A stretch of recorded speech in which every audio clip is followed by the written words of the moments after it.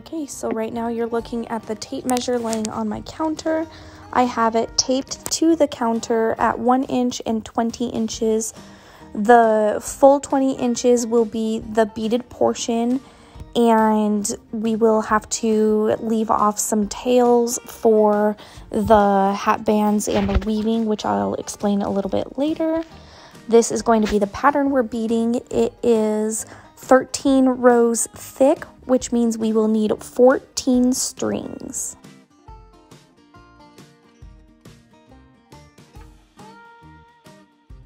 Right now, this is the string I'm going to be using.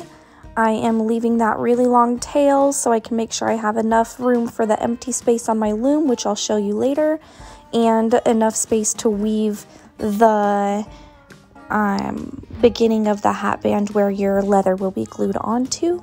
I'm going to tape it down, and then I am going to bring it down to the 20-inch mark and tape it right there as well.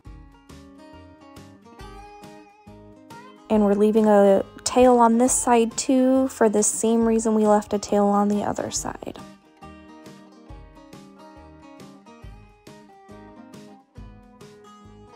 And then I'm just going to loop the string around my finger. It's a little out of camera shot, but it's looped around my finger, and then I drag it all the way down, set it down, and now I'm taping over those strings to keep it in place. And I'm going to do the same thing on the other side. So I'm looping it around my finger down here, bringing the string back down, and I'm going to tape it.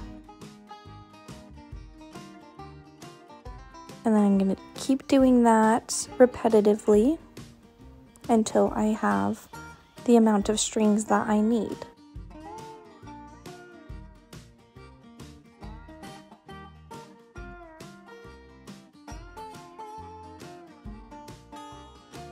Right here, you can just see me counting the strings to make sure I have enough.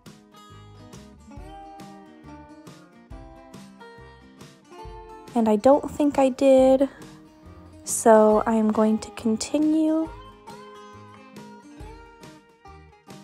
Now I'm just going to double count, make sure I have enough, taping my last string down.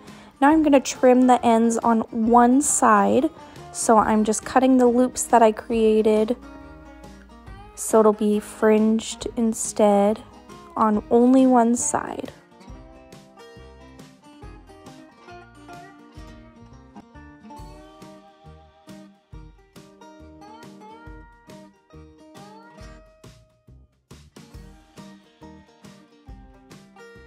Now that those are all fringed and cut, I'm going to take this tail end and I'm going to tie a simple loop knot,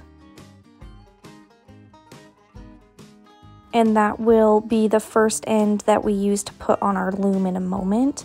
Then I'm going to gently pull it up right here and remove the tape. Make sure you're not using an overly sticky tape or this process will be very difficult and you can possibly rip your string. Use kind of a mild one, but you don't want it to be too mild or it won't hold your string while you're taping them down correctly.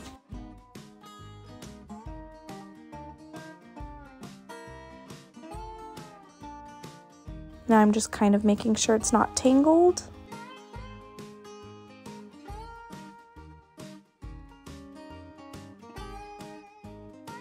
And here's the loom that we're going to be putting it on. I'm going to take the loop that we created on one of the tail ends and just loop it around the pin here. And then I'm just going to roll it up. While you're rolling, make sure your tension is as tight as you can get. That way it relieves some of the looser strings when we separate them here in a moment. I'm going to wrap it around this pin,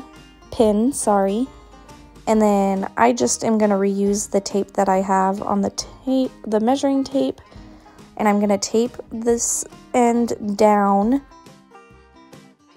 and I'm going to really secure that end with tape just because it's not actually tied around. So eventually when you're beading, the tension's going to get a little loosened because it's going to slip through that tape. After you've started the beginning of your hatband and weaved and gotten your first few rows of beads done, you can go back and remove this tape and then actually tie it on. But this is just my method of doing it. It's easier to remove at the end if I need to, instead of worrying about cutting off strings. Now I'm going to flip it over. And I like to do the separation on this side first because it keeps the strings from tangling as I unroll it while I'm beading. So right here, I'm just separating the strings. Sorry about the terrible angle. And then here at the end is what the empty space that we won't be using, and you end up cutting those strings away.